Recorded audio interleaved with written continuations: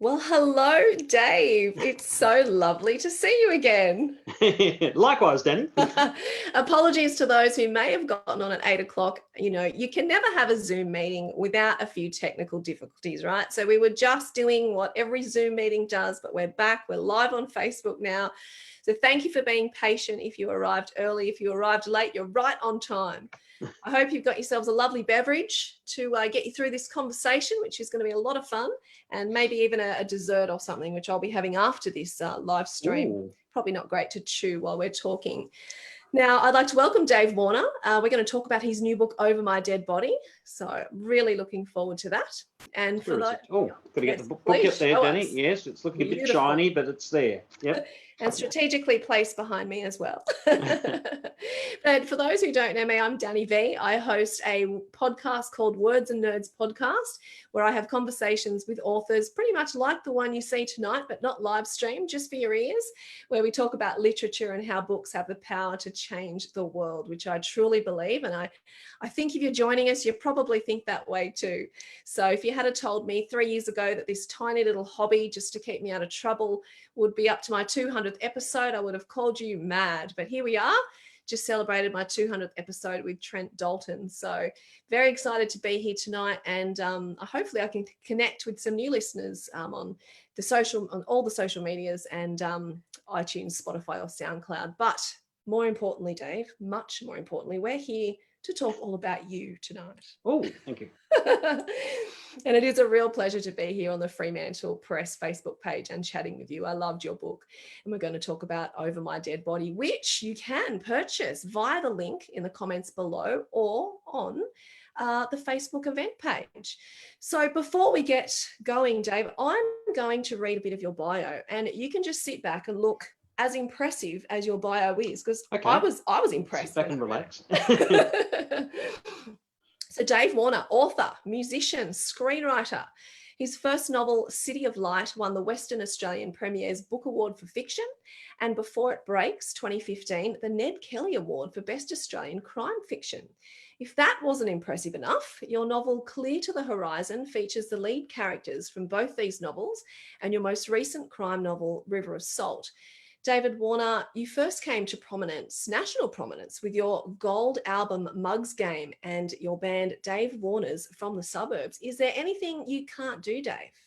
Yes, plenty of things. Just ask my wife and the kids, and there's a whole litany of things that I haven't done. Well, look, we're not going to talk about those things tonight. Right. We're only going to talk about the golden things. So in 2017, you released your 10th album, where you were named a Western Australian State Living Treasure, and you've been inducted into the Whammy Rock and Roll of Renown. A living treasure. Is that hard to live up to, Dave? I need to ask.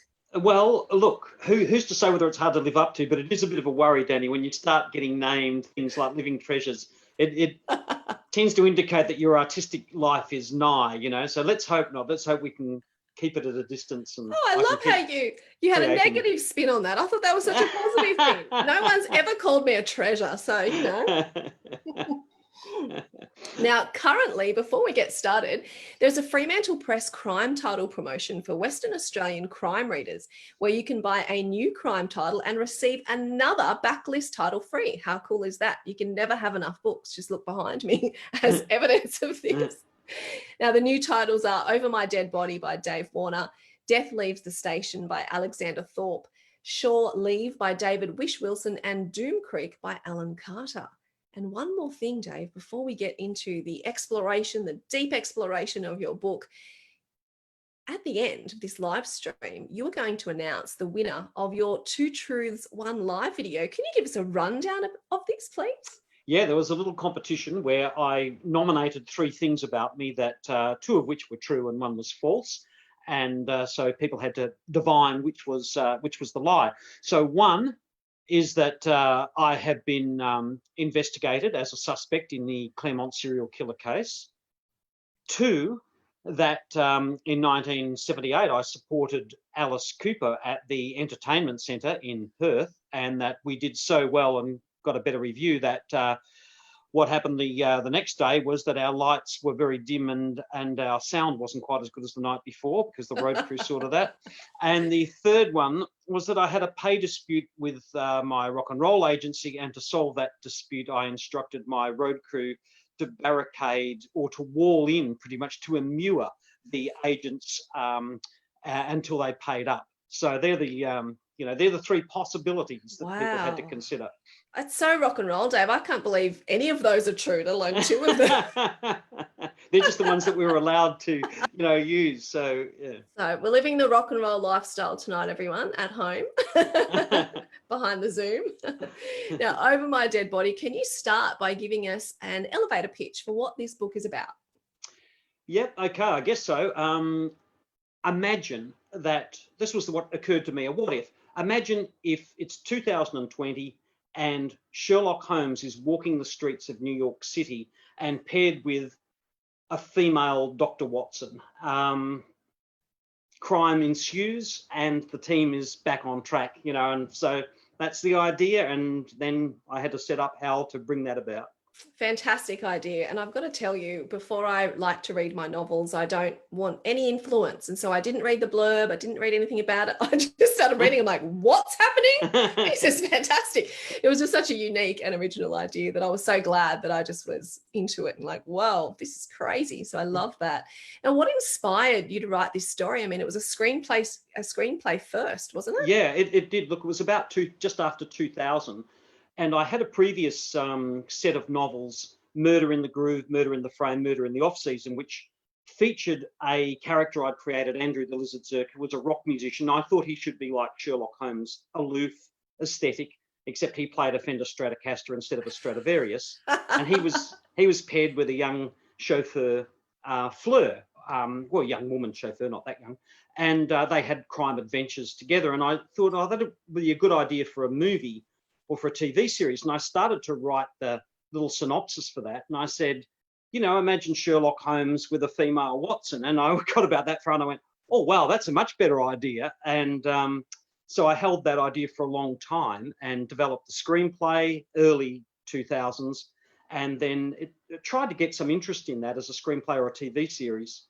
But it's very hard out of Australia to get high concept things like that going. I went to Los Angeles a couple of times and had that amongst my other pitches of things, but nothing seemed to happen. And then around about 2010, 11, I decided, no, I really love this idea. I'm going to make a screenplay and make it work. And I started work on that. And then I got well into it and had, really honed the screenplay. And then my friend said, oh, there's a TV series with a female Dr. Watson. So I just bashed my head in the wall and fell down in a heap and in despair. But then eventually I thought, no, look, this is a different idea and it's really worthwhile exploring. And so I decided to do it anyway. Fantastic. Well, I'm glad you did. And so was it that point that you thought, no, this is a novel? Yeah, and I've done that with a few things because, the good thing about writing books, if you're based in Australia, is that your imagination can run wild. You can still have spaceships landing or people, swimming from across Antarctica or whatever you need to do, and you don't have to try and make it into a film canvas. Film and television are a lot harder in Australia, work with a much smaller budget than people in Los Angeles or other places. So, I thought it's going to be a novel, and that changed quite a lot more than what I anticipated, actually. Now, you talked about, obviously, there's a lot of versions and, incarnations of Sherlock Holmes. Now, were you influenced by any of these, or did you try not to be influenced by any of these? Because there are many versions out there now, aren't there? There's loads of them. I guess I wanted to stay fairly true to what I thought the original characters were, or particularly Holmes. But as I was doing the book, and Holmes you only ever meet through Watson in the books. It's always Watson's point of view. You're never actually allowed into Holmes's own mind. You can only gather what he allows Watson to know.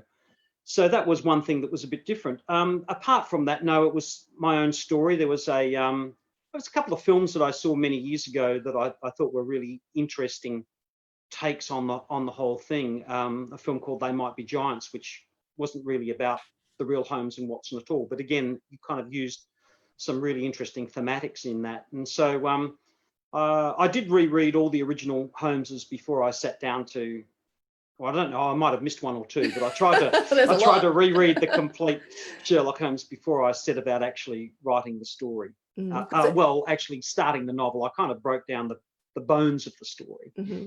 And was that important to get his voice really, authentic in your novel? I think it was. Yeah, there were times that I went through. I was surprised that most of the time I was fairly close to it, and then I went through it, and then we've got a great editor at Fremantle Press, Georgia Richter, and she really helps in loads of things too. And but in the process of this, as lots of writers know, by the time you're going through 3 or 4 times, you can going through your drafts, and then I got to mainly get the structure, the characters down, and then you get to a point where you go, okay, now is this exactly how Holmes would express it? How would he be influenced by the 20th century? And you try and make those judgment calls to make it as real as you can. Well, I thought his voice was great. I loved it. And I loved the juxtaposition between his voice being thrown into 2020. And I did wonder, what would that be like? And we will get to that. But your Sherlock Holmes is the real man transported into today's world. And that's unlike a lot of television remakes, because he's not of our time.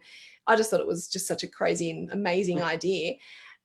But why did you want to explore the original Sherlock Holmes, and why did you want to put him in the context of our world? I think they're things I probably came to later. Initially, it was just the idea grabbed me. That was a great idea, a great what if. What if Sherlock Holmes was around in 2020 with all these things like DNA and mobile phones, and there's Watson, and you could have a kind of potential romantic intrigue. So that was the first thing.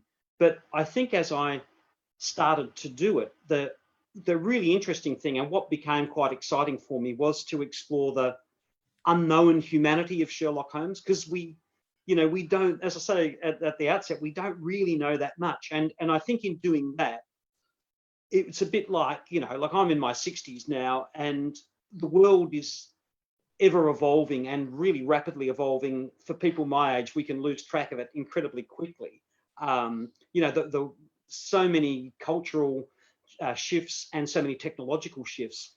And so in a way, I think I'm kind of delving into my own space and those of people of my generation going, imagine if it was 120 years time, but it's bad enough just 20 years or 40 years. Yeah, you're absolutely right. Yeah, so I think there was a bit of a touchstone there. My own world.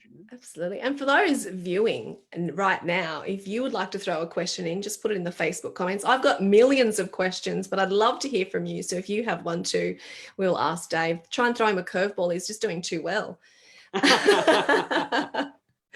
Now, one of the things I loved about your novel, which I never thought about, was, being thrust into 2020, 120 years later.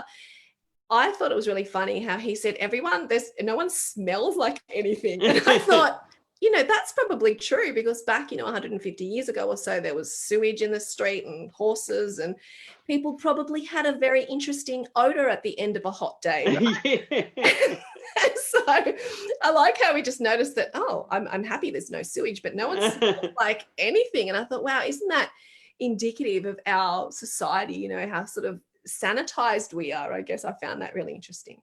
Yeah, well, that was something that just came up in the course of, as I was transporting myself back. And as I said, that was one of the real fun moments of the novel, was when I got into Holmes's head and said, what would it be like 120 years here? What are the things you miss?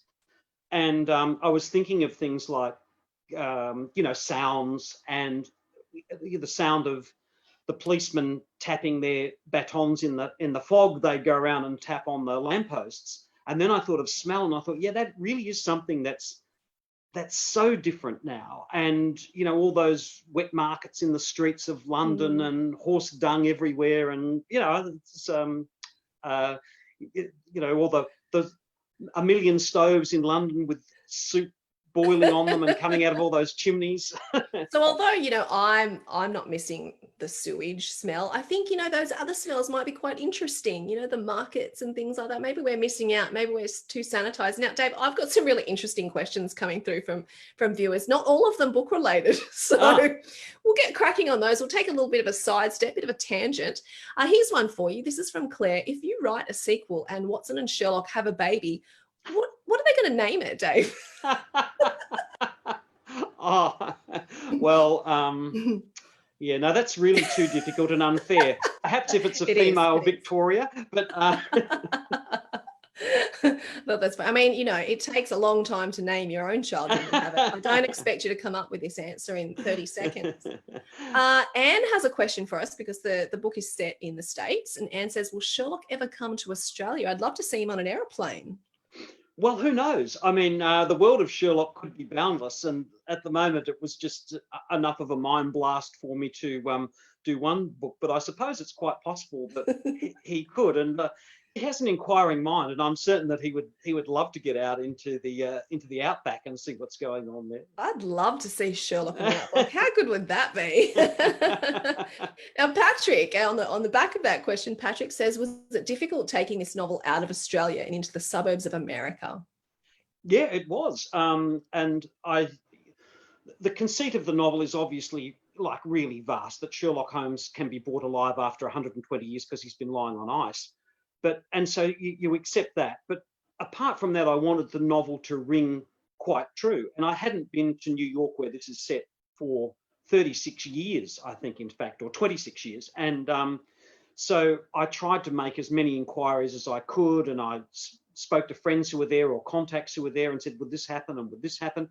And it was really surprising how often people disagreed with one another and said no or yes. So I did the best I could. And then in December, the whole family went for an exploration, and we stayed in Queens, where a lot of this takes place, where Georgette Watson has grown up, and travelled to the various locations where bodies are found and things. So I did a bit of reconnaissance myself, and fortunately, almost all the stuff that I had done the pre-investigation in turned out to be okay. But one or two things I had to change a little bit.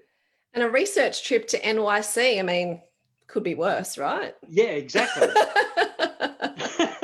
Now, Stephen, I love Stephen. He's asked you, when will East Freo win another premiership? Oh, well, yeah.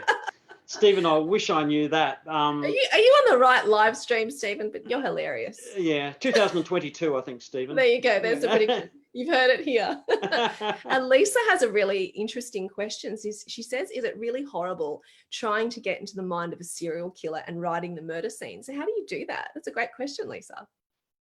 Yeah, look, it can be, but I think we're probably a bit immune to that now, because we've seen so many TV things, or those of us who are into thrillers and psychological thrillers have read so many books, that it's pretty hard to be horrified. What is really, I do have to say, what is quite confronting was in the case of like my first novel, City of Light, where I set it in Perth, and I was kind of working on the Burnie serial killings that had happened a few years previous as one of the elements of that. And I published the book in October 1995, and then in January 1996, the first Sarah Spears of the three Claremont serial killer victims disappeared.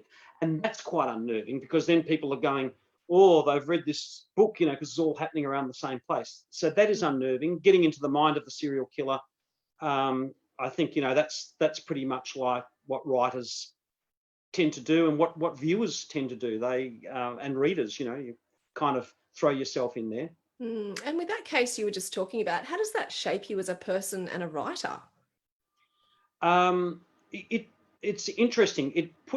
Certainly the next lot of books that I did were much lighter and much more kind of cozy. Whether I had planned to do some of that anyway, because I really like the kind of cozy construct, the Agatha Christie as well.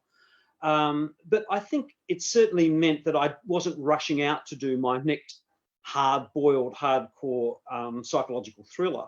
And I only did Clear to the Horizon, which was 2000, I think it came out in 2017 or 18, something like that. But I only decided to do that after the police did come here in Sydney to my house and say that a number of people had named me as a suspect in the Claremont serial killer murder case. And so it was like this story was chasing me in a way. And so I had avoided it for a long time, but it had such deep psychological scars for Perth and for Western Australia. And as quite a few of my novels have been kind of large, trying to get into that psyche of the whole state of Perth and Western Australia, it was a very apt story for me to model something on. But I avoided it for a long time, and eventually I gave up and gave in and did, throw myself into it with Clear to the Horizon, which brought back Snowy Lane from the original book. Was it a cathartic experience for you writing that out? I think any time, any writing for me is a bit cathartic. And for writers, doesn't matter whether it's a song or, look, there's a few things that aren't. Sometimes you set out to specifically write a comedy song, or you might set out to specifically write a song that would work for a character. But I think in a little musical or play, because I like writing those things.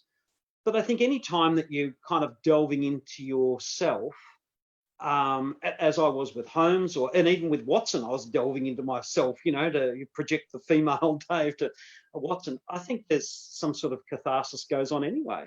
It's a great thing about art, isn't it? It's cathartic when you're creating it and cathartic when you're engaging with it. Yeah, it is, yeah. Georgia has a great question. She is asking, she wants to know what happened to the story or how it changed or adapted when it went from the screenplay to the novel. Were there any big changes that were made? Yeah, there was a lot. Initially, I thought with the screenplay, you could do it, you could play with it. We're quite used to looking at those wide concept, big conceit screenplays like Twins with Arnie Schwarzenegger or whatever. You can have humour and but you can still have some drama in it. Or speaking of Arnie, something like Kindergarten Cop or whatever. So you can play with those elements, and they're two-dimensional because you're always looking at it here. So you're looking at fun scenes and fun things and inventive dialogue. But when you get into the novel and you realise you're spending most of the time in someone's head, then you have to go, well, first big question is, whose point of view is it? Is it going to be like the original Holmes? Am I just going to do everything from Watson's point of view? And for a long time, I thought that I might do everything from Watson's point of view, but then I felt I was just missing out on too much, not getting into Sherlock's head. And so in the end, I worked around the idea that Watson really carries the story for the first 2/3, and then you get a little bit of Holmes, and then it's a kind of they tag team for the rest of it. So that was the first thing. And I think the next big thing was tone, because whereas you can do that fun stuff with film, I think it's a lot harder with novels, and especially if you're going to use a Sherlock Holmes, to put it into a novel. I felt it needed to be darker and to have it still be a real crime thriller. And so the balance was, I wanted to keep the humour and the comedy of Holmes, of all those fun things of Holmes jumping into a hansom cab and galloping, to the rescue, which happens at one point in the story. But I also wanted to balance that against, how would this stand up to a Silence of the Lambs, or how would it stand up to a Bone Collector or something? You still wanted that scary kind of stuff that you get in modern day psychological thrillers. So they were the tone and point of view were the two big things. He was a hard man to live up to. I mean, not only did he have the 19th century manners, but then, he was thrust into the new world with brains and great fashion sense. I mean, it's a hard act to follow, I reckon. Donna asks, Dave, will there ever be another novel set in Western Australia? Oh, yeah, I'm working on one at the moment. So Detective Dan Clement, who made his debut in Before It Breaks and who teamed up with Snowy Lane in Clear to the Horizon, he's back for this one. I think my working title is After the Flood, but fantastic. That could easily change. Look forward to that. Yeah, so I'm in the process of doing that at the moment. And going back to the film idea just quickly, did you have an idea who you would ideally love to play your Sherlock and your Georgette Watson? I probably did at the time, but I've since. But now that you raise it, that would be good. Well, I think a Daniel Craig could possibly, or maybe he hasn't quite got the smoothness for it. I think one of those great Aussie actresses could easily do a young actress could easily do a Watson though. So bring them on. So a bit of Bond, a bit of James Bond into Sherlock Holmes. I love that.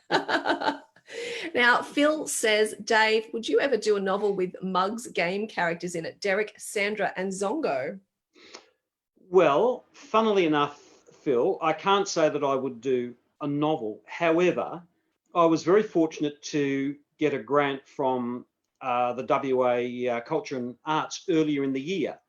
And I was working on the idea of a musical, which is In Search of the Suburban Boy. Wow. And it does just that. Derek, Sandra, and Zongo. I finished the first draft now, and so it's now at the stage where I've got to see if somebody's interested in doing it to work on further drafts. But the idea is that they have, the very, very brief idea is that they've learned that Dave Warner is despairing. No one's listening to my music. I'm going to retire. And Zongo you're a national treasure. Zongo thinks that's great because he can spend all his time playing Space Invaders because they're still stuck in the 70s. And then they realise, if I stop, they cease to exist. So the characters have got to come and try and find me. So they also find themselves in the modern world, and for 1970s characters, that's a big jump into 2020. So stay tuned for that one. Fantastic. And Chloe, I love this question so much.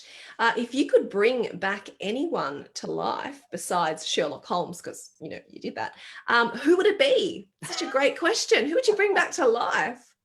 Oh, that's really hard, isn't it? It is. I don't know. Liberace. Liberace, yeah, good choice. I'm going to bring back Oscar Wilde so we can have a party with Liberace, Oscar Wilde. Chloe, you can come because you thought of the question. It'd be great. Well, those two would get on well, I'm sure. I think so. It'd be some great music, great literature. Yeah. Fantastic. Oh, what a party. I'm there for it. And Lisa says, Dave, if there was a murder set in a 1980s band tour, who would be the murderer, the roadie, the drummer, or the bass player, or the guitarist? Have to be the drummer. Always the drummer, isn't it? Well, I think they need to read Murder in the Groove, which was Lizard Zirk novel, because that's sort of 1980s, and there's a murder happens there, and I don't want to give it away. So go and find a copy somewhere of Murder in the Groove. Fantastic. I think the roadie's too obvious, so. But remember the butler did it, so you don't want to, And the guitarist, they're too busy trying to get attention. I'm going to go for the drummer. Maybe the bass player, they'd be quiet in the band usually. Yeah, they'd be the one you least suspect. Yeah, maybe it's them. Great question, Lisa. Lisa, who do you think it would be? Tell us who you think it would be. Fantastic questions, guys. I really enjoyed that. And you've made my job super easy by giving me all the questions. So thank you. I wanted to ask you a little bit more about research. I mean, we talked about research when you went to NYC to look at the setting, but there's a little bit of sci-fi in there, a little bit of science in there. So did you do much scientific research for your Dr. Georgette Watson?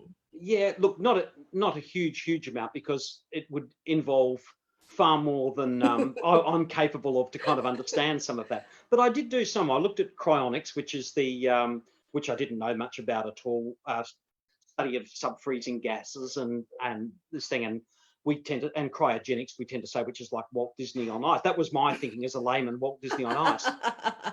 But what was kind of interesting in the research was that when I was thinking about how did Holmes, I had various ideas, Holmes comes alive, how do you do that? And I thought it was just too good an opportunity to pass up that he had plunged off the Reichenbach Falls. In the original Conan Doyle stories, he was dead, and then there was such an outcry from the public that he was brought back to life. And I thought, well, what if he actually did, if they were real and he did freeze, and then Watson kept him alive in this under the lake at sub-freezing temperatures? Because, we get those woolly mammoths out, right? And so in looking at that, I did find that there are people can be, not for 100 years, but certainly can appear dead for hours and not necessarily be dead.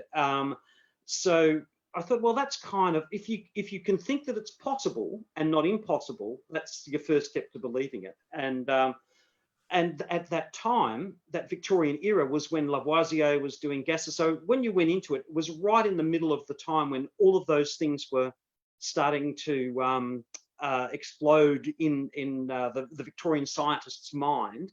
And you had time travel, because that was one of the things that, of course, I think Holmes assumes that he's come back in the time machine. That's what he's doing in New York in 2020. He doesn't realise that he's actually been dead for 100 years. So a little bit of research there. But as I said, I was kind of more interested, I guess, in the practical research of, how long would it take you to get from Queens to the Bronx? And yeah, fair enough. And look, if it does have that bit of a sci-fi element, I totally bought it. And you're talking about the science of the day, back 150 years ago. I mean, that's how Frankenstein came about too. When Mary Shelley was writing that, she was looking at what was happening and how they were trying to bring people back from the dead with using electronic, I'm going to say exactly. really badly, but using electricity to try and get them back to life. So it's interesting how that started way back then, isn't it? Yeah, very convenient for your novel. Exactly. Because there are a little bit of Frankenstein parallels in the novel too, I thought. Oh, well, there's definitely some Gothic stuff in it, and I like that. And I was enjoying myself because, and I did think it was fun to have a little bit of Gothic stuff, particularly early, where Georgette has to go to Switzerland to find this missing body, if you like, that could be there, may not be there, but she thinks it might be there after all this time, 100 years. And so, I deliberately tried to work on that and have a bit of fun with that. Gothic literature, I just love it. It's timeless. It's fantastic. And Lisa's gotten back to us and said, definitely the bass guitarist. So apologies to any bass guitarists watching. My dad's a bass guitarist, so I don't know what that says. And my mum's husband is one too. So I am surrounded by serial killers, apparently. And Anne has a question. Dave, you mentioned in a post about this book has a bit of humour in it, as in espresso. Can you explain this? Oh, what she said, that this book has a bit of humour. Yes, yeah, well, it does. Espresso is a previous novel of mine, which is written, for those who would know it, I tried to write something in kind of like an Elmore Leonard style, which, or you might have seen the film Get Shorty, people, or Out of Sight, that with a lot of characters, a lot of different character strands coming together, but kind of a lot of humour along the way. And so this has got some humour in it, but this is a lot darker than what Espresso is, because, as I mentioned earlier, for those who were listening at that point, that I felt that tonally, because it was you still needed the psychological thriller, and I think a Sherlock Holmes thing, you still needed it to be a bit scary, if you want, in some way. And but it does have humour. I mean, Holmes is such a great character to have humour with, and when you read the books, he has got a sense of humour in his even in the Conan Doyle things. There's a bit of humour. He's not always lying back on the couch looking for the 7% solution. No, I always find Sherlock has that kind of really dry, intelligent sort of sense of humour, and then throw him into the new world, and he this very intelligent man gets thrown an iPad, and he's like, what do I do with this? What is this? Help me. It is very funny, and he's also very resourceful. So when he goes into 2020 and he's obviously got no money and no one knows who he is, he's very resourceful and just observes and finds his way. And I just thought that is so Sherlock. I loved it. Well, that was the great thing about that character. And you could have written this novel entirely from the Sherlock point of view and spent a lot of time in how he adapts to 2020 after being out of the world for 100 years. But I thought one of the great things is that we just accept that Sherlock Holmes is a genius, that he would adapt, that it wouldn't take him more than 5 or 10 minutes to understand aeroplanes. He's along there with H.G. Wells and all these people. He understands aeroplanes and ships and cars. So, but what really fascinates him is milk in a carton instead of in a milk bottle. And as you say, his ability to notice that human nature hasn't changed all that much. So the shell game is still going on in the streets of New York, and of course he's very adept at this. It just gives you loads of fun. I think one of my favourite lines was where Georgette, who's very straight-laced, tells him to stop smoking, and he goes, I've been smoking for 166 years. It hasn't done me any harm. I'm fine. Oh, and then he starts talking about some illicit drugs that he might just have available because 100 years ago that was fine. And she's like, no, don't do this anymore. So yeah, plenty of humor in that. And it was very interesting having him thrown into 2020. But I did love Georgette, and I did want to spend some time with her. And when we talk a lot about Sherlock, but it was so, so great to have a woman who was intelligent, who was his equal. She was accomplished in her own right. And it was lovely to have her juxtaposed with Sherlock. Yeah, look, hopefully I'm glad you like it. You felt like that, Dani, because it really is Georgette's novel. Really she is driving the novel. And even though, Holmes faces this amazing situation, it's really Georgette's life story that we're following, and where she fits into the world and how she relates to people and the vulnerabilities that she has, and so yeah, she's every bit Sherlock's equal in, and I think it's really, I did like the fact that he responds to that too, and that's why he liked her, that she is every bit his equal. Yeah, absolutely. Now Steve has come back, thankfully not with a sport question, because I can't answer. I really can't answer them. Stephen says, did you check out much in relation to the Golden State Killer case and the importance of DNA? No, I didn't. I mean, I have seen the documentaries on the Golden State Killer, and I've read a fair bit about DNA stuff. But I think the salient point for Holmes is he's going, imagine if I'd have had this, imagine if I'd have had DNA at the time of Jack the Ripper. Holmes is going, there wouldn't be a criminal in all of the Commonwealth who'd be safe from him, in all of the empire who'd be safe from Holmes, which is probably true. He would have nailed them all, I think. And was that a challenge for crime writers in 2020, trying to write a crime when there's CCTV and there's mobile phones and there's DNA? It's like, how do you get away with murder these days? Yeah, it's really true. I much prefer doing the ones in the 60s and 70s than I did, because you don't have to bother about so much of that stuff. And there's always something that you forget, and you're reading somebody else's novel, go, oh God, I should have put that in, or is there still time? Thanks, technology is ruining crime fiction. Now, Claire has a very interesting question. I'm a bit frightened of Claire. Claire says, did you think about Sherlock's last meal before being frozen, and what happened to his digestive system when you brought him back to life? She's asking for a friend, but I don't believe her. No, I'm not sure what his last meal was. He wasn't particularly hungry at the time. What was popular back then? Well, bangers and mash. Bangers perhaps. and mash? Yes. But look, I'm sure whatever it is, Georgette Watson would have sorted through all of that. So that's no problem. And Lisa has a hamster question. I'm glad we're having a hamster question, because they were pretty important. But have you ever had any in your household? She loves how you named them. But did you have to do any research on hamsters? Did you go to a pet shop? Did you ever own any? I've never owned a hamster. I mean, I suppose we say guinea pigs, kind of similar sort of things in Australia, but our family never even had guinea pigs. We had lots of other ththings. But I did do a little bit of research, and I was interested to find that there are different strands and breeds that have different things. Also that they're nocturnal, and that they like particular environments. So I did read on that and try to have Georgette create in her lab an environment that is the kind of thing that you might have for hamsters. That's very interesting. I didn't know that about hamsters. I've learned something today, Dave. Yeah, and some hamsters, apparently some lots, you can't put them together because they will fight, but there is this other breed that don't, and so she has the lot that don't fight. And is that with guinea pigs too? Are they nocturnal? Because then how do you... I don't know. How do you own them? If anyone knows, because I'm wondering if you have them as a pet, like they're up all night and they're sleeping all day. I'm just wondering, I'm sure they're lovely pets, but you wouldn't get to spend much, bonding time with them, right? Yeah, no, I don't know. I only remember guinea pigs sort of running around in the daytime because I was probably too young in those days to get up at night to check them out. But that might have just been because the poor guinea pigs weren't given the right conditions to, to be able to hang out in the day. Probably completely wrong here. So apologies to guinea pig, people who know stuff about guinea pigs, not me.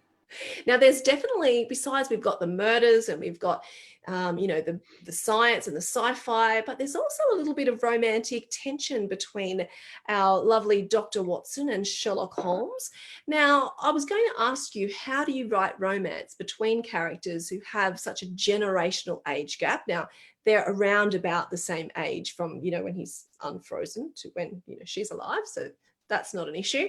But do you think it's their humanity that brings them together? And do you think that that's what keeps us bonded? So it doesn't really matter the time period that we're born in. Our, humanness connects us. Yeah, totally. Absolutely, Dani. I think it is. It's the humanity of Holmes and Watson. And that's something that I kind of firmly do believe, that if this could actually be done, you could resurrect somebody from 100 years ago and they could be walking around here, that they're going to relate on that period. I think fundamentally as humans we can acknowledge that, and that's kind of what's cute about it. And I think there's certainly been films in that. There was one that where Hugh Jackman played, can't think of the name of it offhand, Leopold, was it? And Meg Ryan or somebody played, and that was an interesting one with set in New York again. Another one of those films where someone could come back. You could certainly have that. But of course, the good thing that when you've got that romance is you also, when there's 100 years different, you also have the threat that at any time there could be a problem arising in that. That's not of their making. There could be it gives you a great chance for external threats as well. So I like that about the story.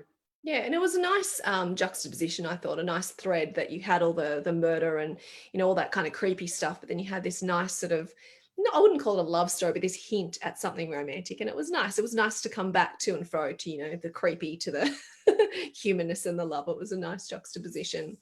Now, I had this question too, Georgia.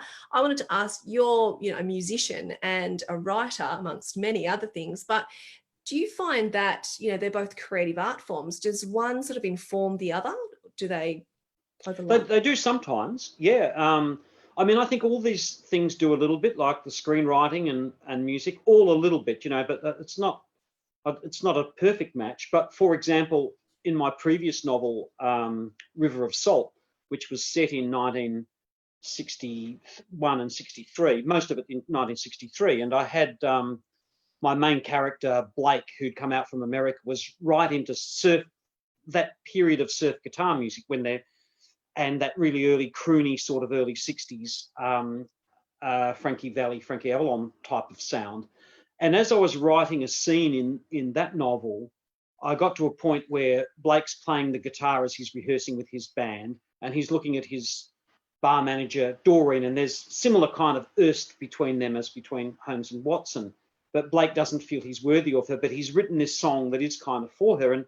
And to write that scene properly, I actually could hear the song in my head. So I worked out the melody of the song and the words and put that into the scene. And then stupidly, after the book had gone off to the printers, I suddenly went, oh, I should have actually recorded that song and I could have put go to this page now, but I did record it with my friend Martin Cillier, who's a great surf guitarist. And we did put it out. And so if anybody's ever reading River of Salt, when they get to page 33, they can go onto YouTube and they can find that song and listen to it. So that's a case of it, one directly informing the other. And as I can't remember who asked the question before, but about Derek and Sandra. So that's another case where, I like that kind of cross-pollination of theatre and music and whatever else might come on. That's fantastic. I love that. I really like that. And I'm going to YouTube straight after this interview and I'm going to go check it out. I think we all will be. No good can come from this, it's called, Dani. Fantastic. I'm there for it. Now, Donna, she has a process question for you, and I'd like to know, as well as Donna's question, whether you plot or whether you're a bit of a pantser. But she also wants to ask, what kind of devices do you use when you're gathering ideas for novels? Do you use notepads or voice recorders or butcher's paper or post-it notes or Scrivener? So what is your process like, and are you a plotter or a planner?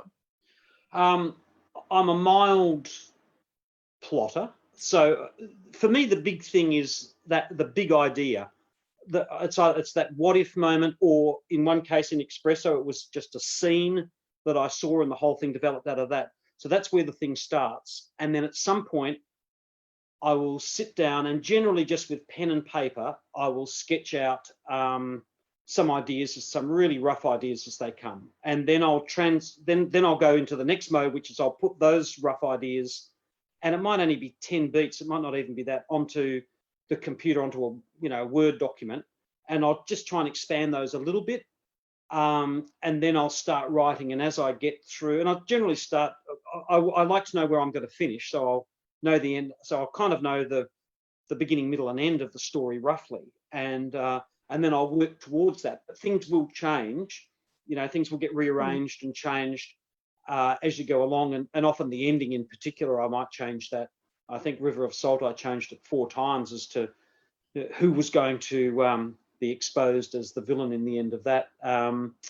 And other ones, the very first one that I did, City of Light, I just started at page 1. I had no idea of plotting or planning. It took me about 4 years to finish it because I was touring with the band as well.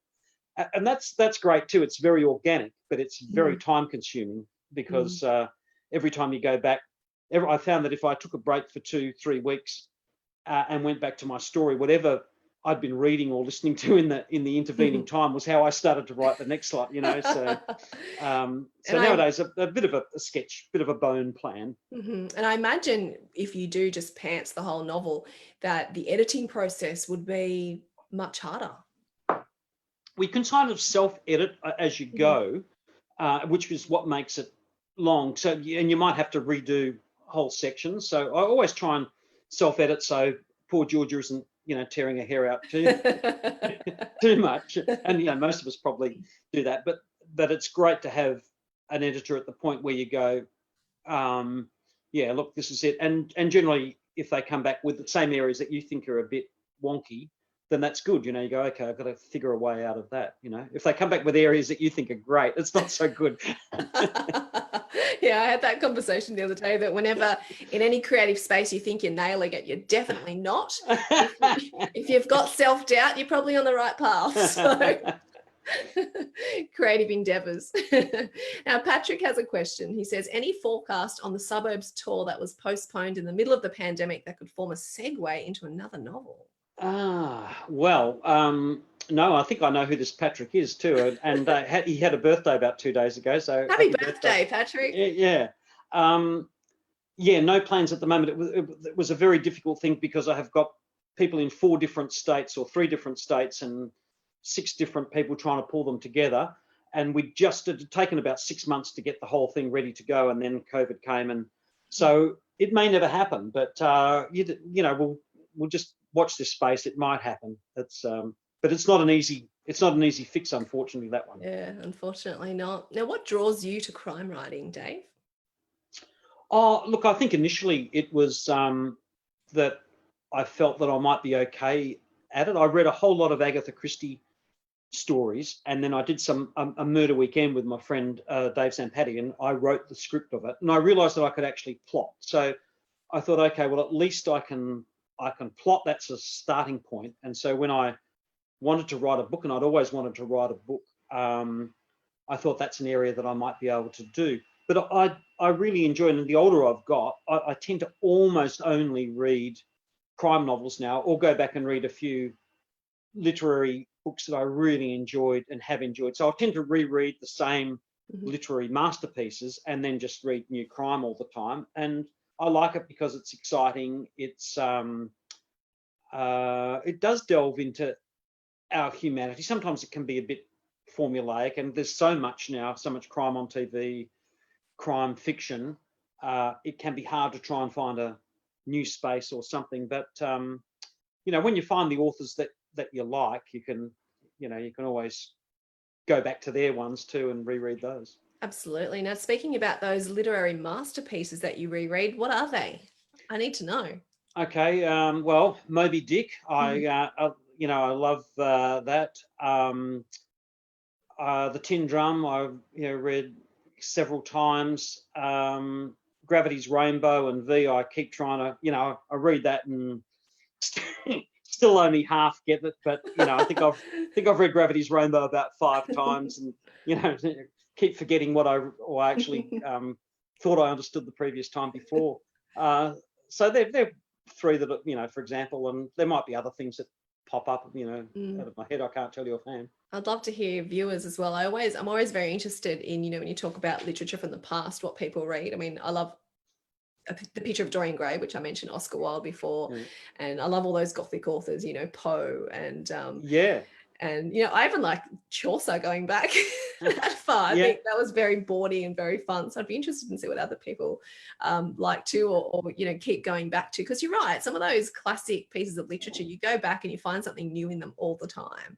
Yeah, that they are. And you just think, oh, it's fabulous. And that's just that Picture of Dorian Gray. Oh, I remember seeing that movie as a kid, and it was so scary. Oh. But fabulous, and that's something that I reread, and I'm like, oh yes, like it's so relevant to 2020, or I've seen something in a different light. So I always talk about Oscar Wilde. I'm sorry. Now, crime fiction. What crime fiction are you reading? You said you read lots of new stuff. What have you been reading recently? At the moment, I'm on Louise Penny. I did a WA Book Week thing, Festival of Perth thing a couple of years ago, and started to read her book. So I'm reading one of hers at the moment. I've read a few other authors that I've had, just try them out. And so nothing outstanding there. But if I ever see an Arthur Andreasen that I haven't read, or Henning Mankell, I've read them all. But, I'll always try and, if I see one of those, I'll pick it up. But, varies a bit. I'm flicking between the psychological thrillers and the cozies at the moment. Yeah, I love a good psychological thriller. Now, I always love to ask this question. I have this as the last question on my podcast, and I want to ask you, Dave, why do you write? I just enjoy it. It's fun. I always loved reading as a kid. I always wanted to write stories from when I was about 12 at least. And it's probably still the most fun that I have, except for those moments when you're trying to crack things like, what distance would the mobile phone signal travel, and all that stuff. Those things that ruin your plot. Yeah, when you're into the humanity of the characters and the fun, or when characters are discovering something, those moments are real gems. So yeah, it's just because it's fun. That's all. Great. And look, we'll just quickly go to Wendy. I know we've got to wind this up, but Wendy has a great question. And she's asked, have you ever abandoned a manuscript? And if so, why? And will you ever go back to it? Yeah, look, I've a couple of my literary things, I haven't abandoned them. I've done them and then everyone said they stink. And so I've gone back and reworked them. There's a couple of stories, film scripts that I've kind of abandoned halfway through, primarily only because, and I may go back to them, but it's generally because I think it's a great idea, but I feel it's going to be not time-wise, not worthwhile trying to thread my way through it. I'm better off to go off with another idea that's just a little bit more pristine.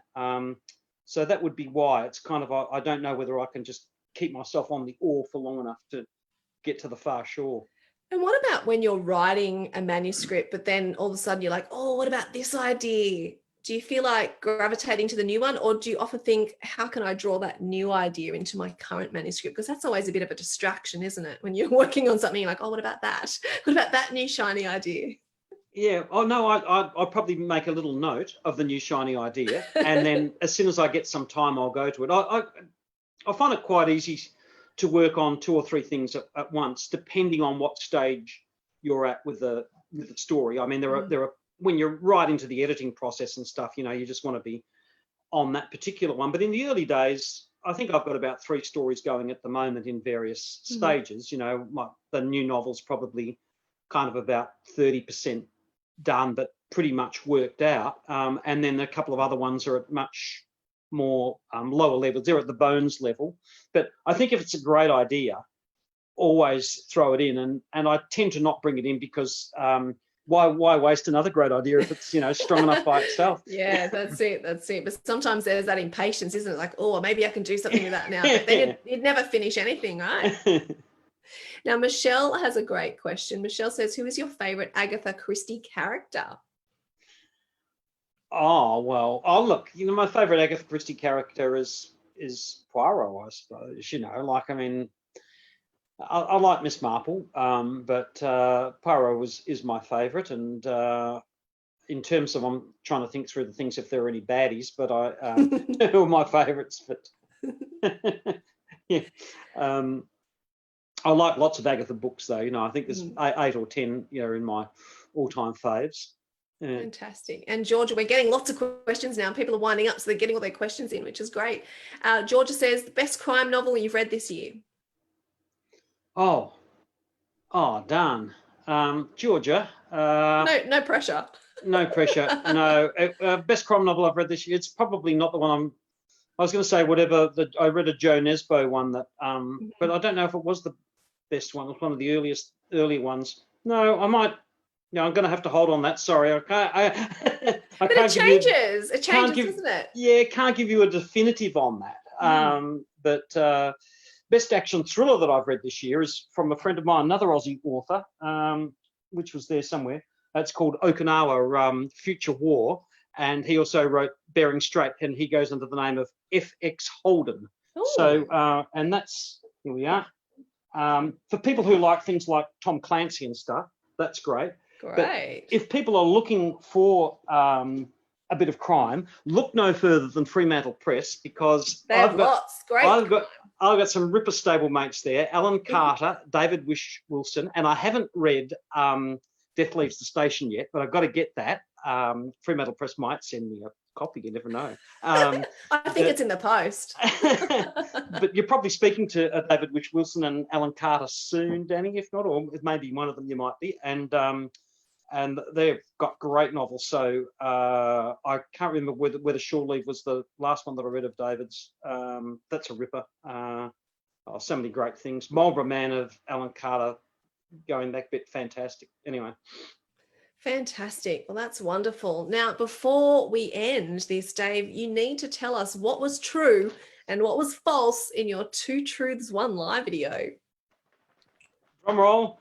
And what was false, as some people kind of did get. Some people went to the extreme of Googling when Alice Cooper toured Australia and said it was 1977, not 1978, and that's correct. That's commitment. They're correct. I lied about Alice Cooper. It was actually ELO who we upstaged, and we got a better review in the paper than ELO. And so the next time they came and cut down our lights severely and our sound, not necessarily the band, just the road crew and people. And the winner is Marianne Vincent. She's the Facebook winner. Marianne, well done. And there was also an Instagram winner, Dani. And that is Ellie. Ellie, novel idea. Ellie, you're the winner of the Instagram contest. And this is how we interpreted. She did a bunch of emojis, right? Yeah. And apparently we interpreted it as this, and I'll read it out for you. A guitar player drinks heavily while wearing bunny suits before being gagged and shot in the back while running away with a bag of money through a cemetery. All this through emojis. Wounded, he throws a bomb, hops on a plane, and visits the Statue of Liberty. After a stop off in Tokyo, police catch him, and he goes quietly. So, Dave, your next novel, can you please write it in emojis for us? That'd be great. Save a lot of time. Absolutely. I don't know. I wouldn't save a lot of time reading it. No. I'd be very confused. Like cuneiform or something. Yeah, that's it. You definitely get many people with different interpretations, that's for sure. Now, of course, you can purchase the book from selected stores in WA, and you get a free copy of a Fremantle Press crime title. So that's a pretty awesome deal. And for the next conversation happening in 2 weeks with Fremantle Press, you can join us with Dave Wilson and Fiona Hardy of Readings Book in Melbourne on Wednesday, 4th of November at 5 p.m. in WA or 8 p.m. if you're in Sydney or Melbourne. And they'll be talking about Shore Leave, and that's a gritty and insightful story of greed, family and revenge. So that's pretty exciting. And I've just had such a wonderful time here with you, Dave, and with all I love it when viewers are asking questions because they're really engaging in the conversation. So I've had just such a lovely chat with you. And of course, Over My Dead Body is available for purchase in the link as well. And if you like this conversation, there's more where that came from. 200 episodes on Words and Nerds podcast. That'll keep your weekend busy. But thank you so much, Dave. It was such a wonderful thank you, chat. Dani. Thank you to our viewers for throwing in those brilliant questions. Often they threw you some curveballs, Dave, which I really enjoyed. From where I'm sitting, I enjoyed that. Yeah. Good on you, they did, yes. When people ask you what's your favourite or your best, you go, oh, hang on, I haven't got any of my devices on. Yeah, exactly. I've been told to mute everything. But yeah, a great, creepy, unique take on crime fiction, exploring one of the most famous crime solvers in the world. But you managed to put this unique twist on it that, I'd never seen before. So that's a great feat, I reckon. Oh, thanks, Dani. Yeah. And thanks, Fremantle Press, for having us. We had a great time and we hope you all did too. So happy reading and stay safe wherever you are. Bye-bye, gang.